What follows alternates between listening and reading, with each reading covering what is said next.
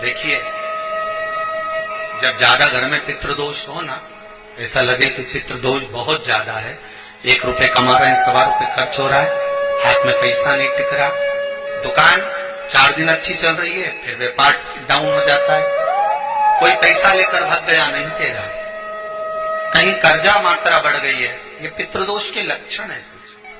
इसमें आपके घर में जो भी रुद्राक्ष पड़ा, जो भी रुद्राक्ष रखा हो, क्योंकि संभाल के तो आप रखते नहीं, पटक देते यहां, जो भी रुद्राक्ष आपके घर में रखा हुआ, एक पानी के पात्र में उस रुद्राक्ष को डाल दीजिए, उसमें 1 चावल का दाना डाल दीजिए।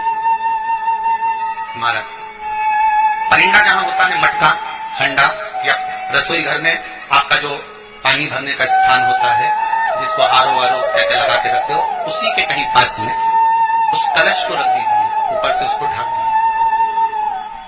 शाम के समय, सुबह रखा 10 बजे से 12 बजे के बीच में, शाम के समय प्रदोष काल में भगवान शंकर का नाम स्मरण कर कर, ओम नमः शिवाय बोलकर, श्री शिवाय नमस्तुभ्यं बोलकर, या महामृत्युंजय मंत्र का स्मरण कर कर, या गायत्री मंत्र का स्मरण कर कर, जो मंत्र आपकी बुद्धि में, विवेक में समाहित हो, उस मंत्र का नाम लेकर राम कृष्ण हरि जो बोल सकते हो, एक घी का दिया अवश्य प्रज्वलित कर, लंबी बाती का।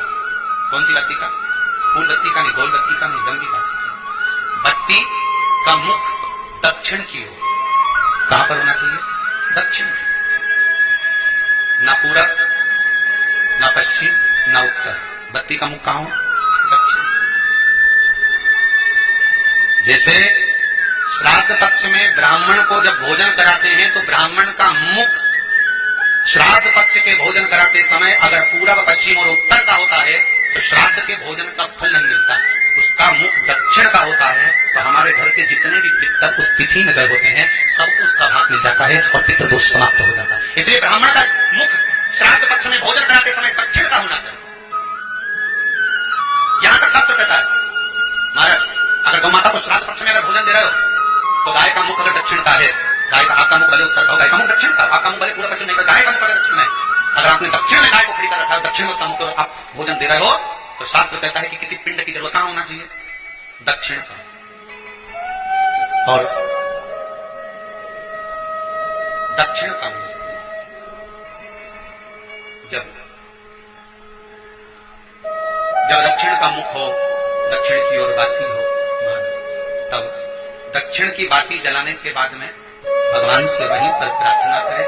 जो कलश रखा है उसके ऊपर जो प्लेट रखी है, ढका गया है, वहां अपना सीधा हाथ रखें और अपने पूर्वजों का, अपने पितरों का स्मरण करें कि मेरे धन को लेकर कोई चले गया, मेरा व्यापार ऐसा चल रहा है, मेरा घर में बच्चों का विवाह नहीं हो रहा, या घर में इतनी अशांति है, या तकलीफ है, या कष्ट है, ये सब का स्मरण कर उस कलश को रात्रि भर रखे रहने दें। सुबह स्नान आदि करने के बाद फिर एक घी का दिया दक्षिण की ओर लगाकर सुबह 10 बजे से 12 बजे के बीच में उस जल को शिव जी को समर्पित कर जाएं और वो रुद्राक्ष लेकर वापिस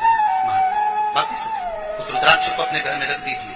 वर्ष भर वो रुद्राक्ष आपको कभी बीमारी से नहीं करने देगा, कभी किसी जगह खड्डे में नहीं जाने देगा, वो उन्नति की ओर ही बढ़ाएगा। भले कोई भी रुद्राक्ष, 1 मुखी से लेकर 14 मुखी, 20 मुखी, 18 मुखी, जो रुद्राक्ष आपके पास में, आप तो उसका स्मरण करिए।